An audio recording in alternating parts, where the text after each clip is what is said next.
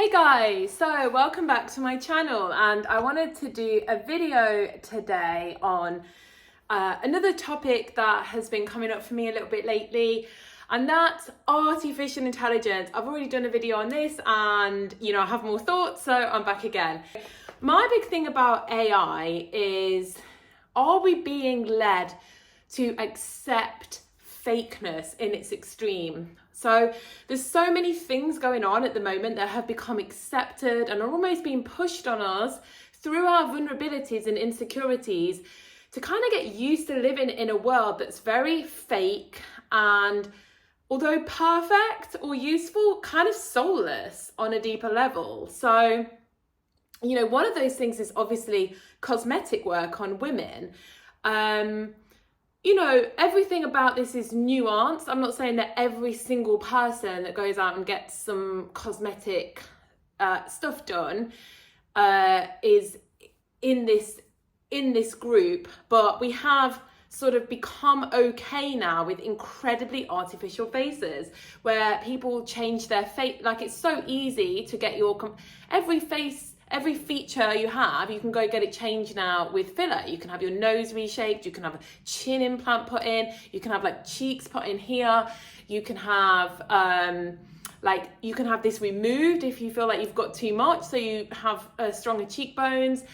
You can have eyes go in this, we've become, the lips is the big thing, the massive lips. And there's obviously different levels of extremism with this, but at the heart of a lot of it, in my opinion, is body dysmorphia. I had body dysmorphia, so it's not like I'm saying there's anything wrong with body dysmorphia. But in the past, I think because we couldn't just go and try and change ourselves, we had to work on that body dysmorphia. We didn't really have many options, so it was like, well, we have to accept those things that we have. And it's an inner job. Now, I'm not saying that when you've done the inner work, you might not fancy going and getting something. We're here to explore the earth, right? And do what we feel like doing. And I'm not saying that you might not still want to dabble in a few of these things, but you wouldn't want to do it to the extreme that people are doing it.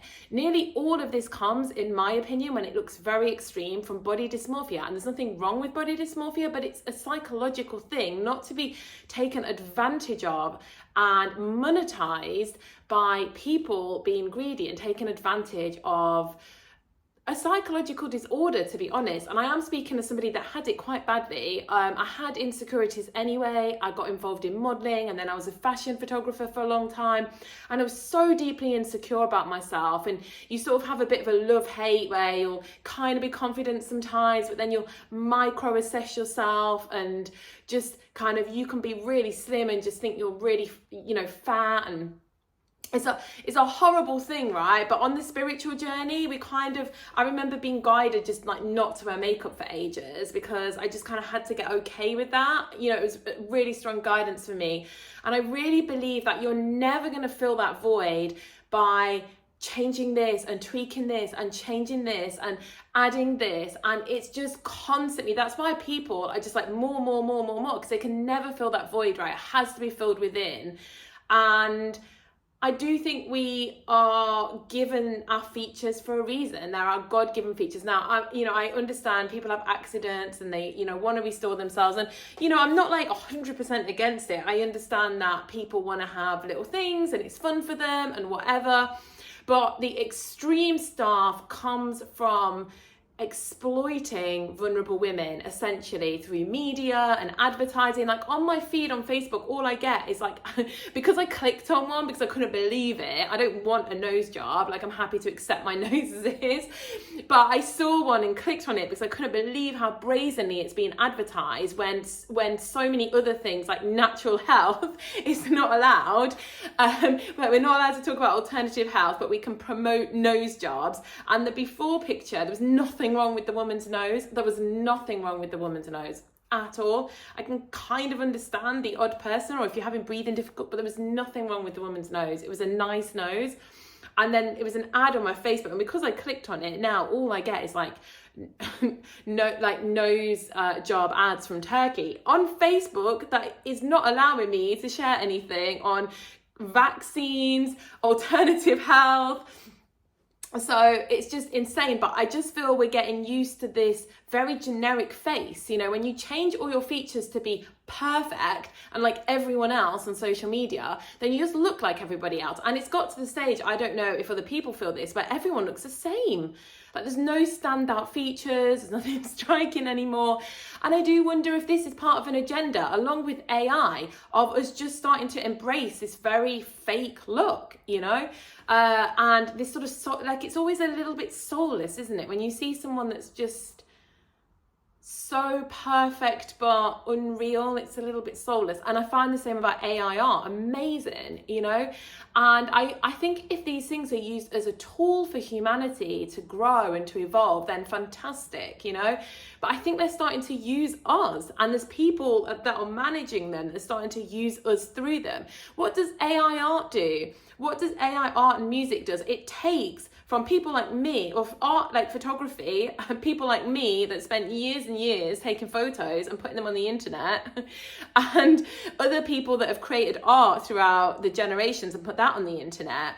It's taking that, when we paint, we take from consciousness, we channel from consciousness, whereas this is just taking from us. So in a way, it's taken from consciousness, right? But it's like second-hand consciousness. It's not first-hand consciousness, because a connected human would generate ideas like that too, because we're connected and we infinite ideas, because consciousness is infinite, right? But it's taking all the ideas and monetizing all the stuff that we have done, and that's all right if it frees us up, you know, in like an amazing ideal society where AI freed us all up. And it was like, okay, well, it's taking all the input humans have put in and it's going to free you all up. But what it's actually doing, it's freeing a few jobs up. But I think what they don't realize is it will happen to them bit by bit down the line, because artists started it, right? And then now, like digital artists, now it's kind of seeping into photography and then music. And what's kind of happening is we've been used in a way, right? We've been monetized. We've had all of our staff taken for nothing, put into the program of AI, and someone else is making money off those creations that does these AI programs and charges people monthly to use them. And this is something I don't like about AI. It kind of feeds into the hands of the exploiters just that little bit more. If it was in a free world, I think it would be quite different. And we could all argue, well, everything is part of one consciousness. And I do get what people are saying. And there is arguments for that. And, you know, it's a very deep topic, very nuanced, and we can go on about it for a long time. But yeah, my worry is that I feel like we're beginning to get used by it. And then we've got all this uploading the consciousness. And as soon as it started, I just thought, is this the prelude to uploading our consciousness or our mind? Because we can't really isolate consciousness, right? But the mind into AI, and for us to think that's the way to immortal life. It's been on my mind for a while, and it sort of seems to be becoming more and more clear, and so quickly. And we've got, you know, Deepak Chopra that's uploaded himself into an AI vehicle, so to speak. And yeah, I don't know. And I want to read a quote actually. I hope I can just access this easily. Give me 1 second, I'll be back. So I just wanted to read this from Forbes magazine. So it says this is about the Deepak Chopra AI. Apparently he's uploaded his consciousness. I'm not sure how you can say what consciousness is, but he's uploaded that into an app. And it says, it consults by interacting with people and makes lifestyle recommendations based on what it learns. So we're taking our time to get it right. I'm not in a rush to get millions of users. I want this to be a trusted companion for life. For life! Do you know what this reminds me of? It really reminds me of an episode of Black Mirror where, I don't even watch a lot of TV, but I've watched this Black Mirror episode where basically they have a doll. I'm sure you've probably watched it. I should have researched the episode before I jumped on. But it reminds me of the episode where they have a doll and it's basically AI, and it learns with the child, and the idea is that it's a trusted companion for life. I think they even call it a trusted companion for life, and it's supposed to grow with the child throughout her lifetime. And this girl gets to use it, who's the sister of the inventor, because the parents have died, and she forms a super unhealthy bond with this doll, and then the doll turns bad and starts instructing her to do bad things and not to let people bully her. So then it all turns bad, basically. No spoilers. And I'm sure that it uses exactly the same words as that Black Mirror episode, you know. We're often warned what's coming. And I don't know, just something doesn't feel right with all this stuff to me.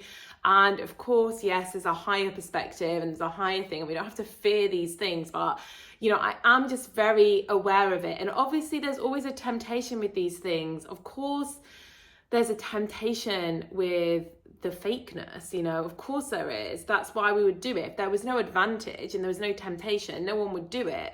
But I can't help but feel it's very soulless. Like, the soul is missing. The soul, to me, is missing from AI art. It's missing from AI music. There's something about that human element that and that soul connection to source that really gives something to music. It's not just the structure of it, that it's a talented voice, that it's a tune. There's something about humanness, and humanness is imperfect. And when we make things too perfect, it loses its soul, in my opinion.